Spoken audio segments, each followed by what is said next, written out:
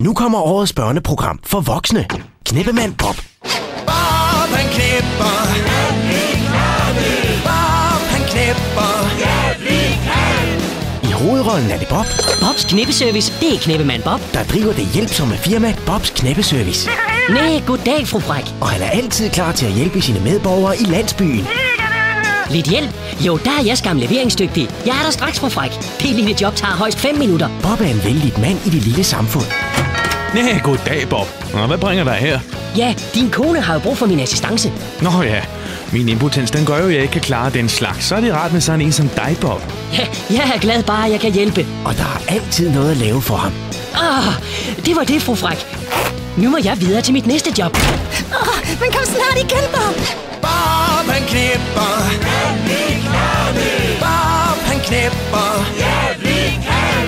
Bobs knippeservice, det gør ham rig.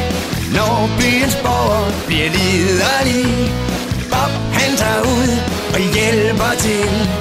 Folk de er glade, de får hvad de vil. Bob han knipper. Ja, vi kan det. Bob han knipper. Ja, vi kan. Knippemand Bob kommer snart.